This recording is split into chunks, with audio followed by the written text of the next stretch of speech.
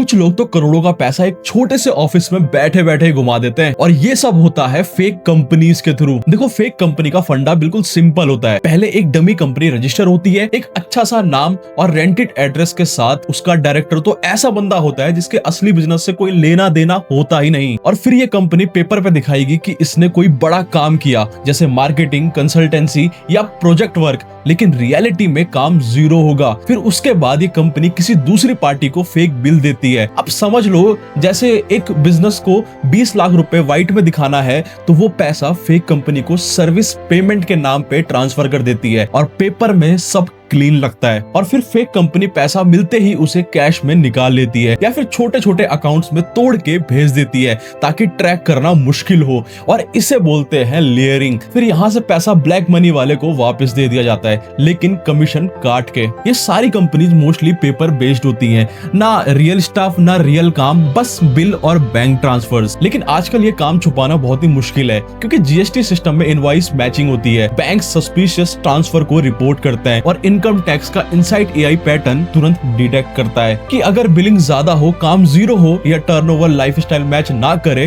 तो सीधा नोटिस जारी होता है। यानी फेक कंपनीज पैसे को क्लीन तो दिखाती हैं, लेकिन इनका पूरा गेम डॉक्यूमेंट्स और डिजिटल ट्रायल से पकड़ा जा सकता है। इसीलिए आज अथॉरिटीज का फोकस इनवॉइस फ्रॉड और डमी फर्म्स को आइडेंटिफाई करना है। ये प्रोसेस थोड़ा स्लो तो है, पर एक्यूरेसी बहुत हाई है।